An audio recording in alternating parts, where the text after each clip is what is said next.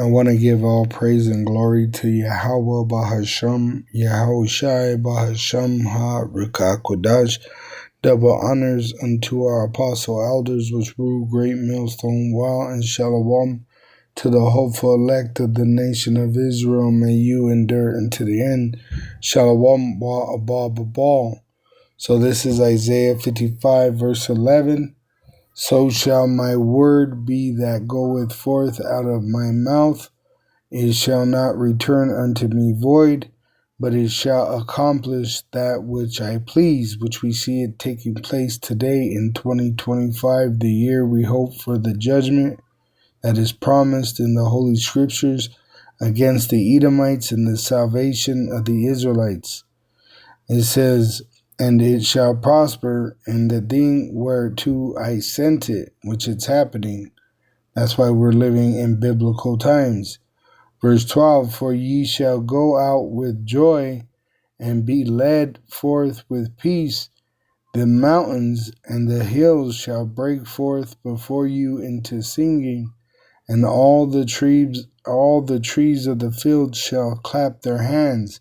So they're going to be worshiping us, the other nations.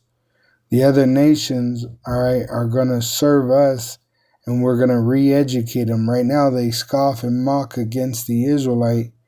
They persecute us. They talk shit about us. But in that day, they're going to be re-educated, and they're going to be, you'll see these dictators like the Korean president.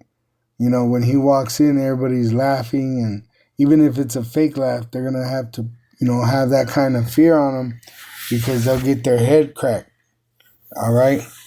Because we're going to rule with a rod of iron, and we're going to break into pieces these nations, all right? We're going to be very brutal with them to the point where they're going to rejoice in serving us, all right?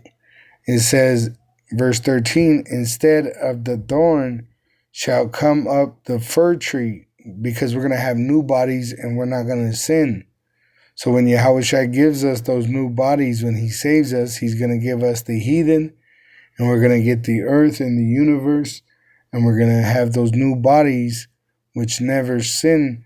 So there's no reason to have thorns, poking us in our feet or in our hands. In fact, these are things that we're going to put upon these heathen. The curses and these plagues are going to be upon the heathen. And instead of the briar shall come up the myrtle tree, which this is a beautiful tree, and it shall be to Yahweh for a name, and it says for an everlasting sign that shall not be cut off, which he saved his Israelites. All right, starting with his elect, his favorite. All right, of the favorite nation. He has a favorite nation, which they are the Israelites, and he has an elect of that favorite nation. But we're going to get the heathen, as he promised King David and King Solomon. All right, and we're going to, once again, break them into pieces. It says in Psalm 2, verse 1, why did the heathen rage and the people imagine a vain thing, like they're going to keep us in slavery forever, or that they're going to make us extinct? The Israelite, you can't do that against us. You Edomites are going to be made extinct, and you heathen are going to be corrected by measure. It says the kings of the earth set themselves, and the rulers take counsel together against Yahweh.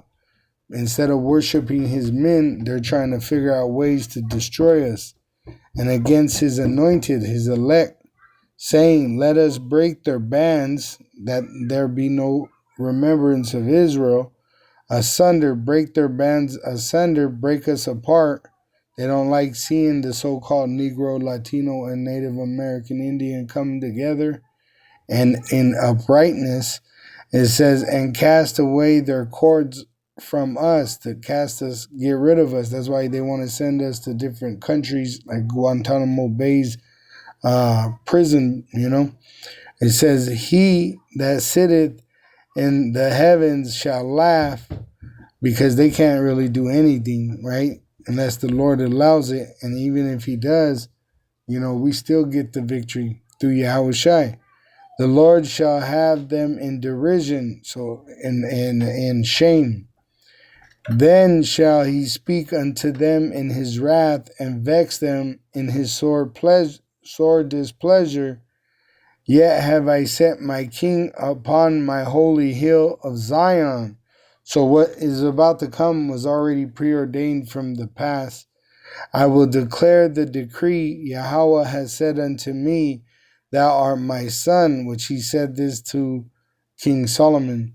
This day have I begotten thee, because he is Yahushai. Ask of me, and I shall give thee the heathen for thine inheritance, and the uttermost parts of the earth for thy possession, which Edom's land is going to go to Judah, and we're going to inherit the earth. It says, Thou shalt break them with a rod of iron. So we're going to be very brutal to these heathen. Once again, we're going to re-educate them. Thou shalt dash them in pieces like a potter's vessel. And that's why it says in Psalm 137, we're going to take your children and bash them against a stone. It says, Be wise now, therefore, O ye kings, talking about the elect of Israel. Be instructed, which we have the Holy Spirit, which we receive grace, that instruction. Ye judges of the earth, serve Yahweh with fear and rejoice with trembling. So, we always have to examine ourselves whether we be in the faith or not, because it's Yahweh's kingdom, not ours. So we have no authority but the authority that Yahweh has given us in Yahushai. And Yahushai, our head, has the authority of over all men. All right? So even though these heathen, they have a desire to try to destroy us, they're going to be destroyed coming against us. It says, Kiss the Son, so acknowledge the truth, lest he be angry and ye perish from the way, because you don't have the true vision. When his wrath is kindled but a little, blessed are all they that put their trust in him, which is pretty much preparing you as a bride to meet your maker. Revelation 19:7, Let us be glad and rejoice and give honor to him, for the marriage of the Lamb is come, and his wife had made herself ready. See, we're being prepared to meet our maker, and that's why we're repenting. By the power of Yahweh, we're receiving salvation through Yahushai. And part of that salvation is us being washed and made ready to meet Yahushai. Ephesians 5, verse 26, that he might sanctify and cleanse it, talking about his elect, with the washing of water by the word, which he gave the word to the elect, which the elect are now pushing it out on the internet, right? We go out into the highways and the byways and we teach. And it says in Isaiah 1:3, the ox knoweth his owner and the ass his master's crib, but Israel does not know, my people does not consider. It says in verse 9, except Yahweh of hosts had left unto us a very small remnant, the elect, which are prophesying, we should have been as Sodom, and we should have been like unto Gomorrah, meaning completely destroyed. But the Lord is with us, and that's why we never forgot. We may have forgot ourselves for a period of time, but by the Spirit of Yahweh Bahasham, Yahushai, we began to remember ourselves just like it said we would. Romans 9, verse 26, and it shall come to pass that in the place where it was said unto them, Ye are not my people, in America, because in all the other slaveries we knew who we were, there shall they be called the sons of the living power. And that's happening by our enemies. They're saying, hey, these are them. Their power is with them. They're Israelites, and that's why there's great fear that fell upon them that saw us stand upon our feet. Revelation 11, verse 11.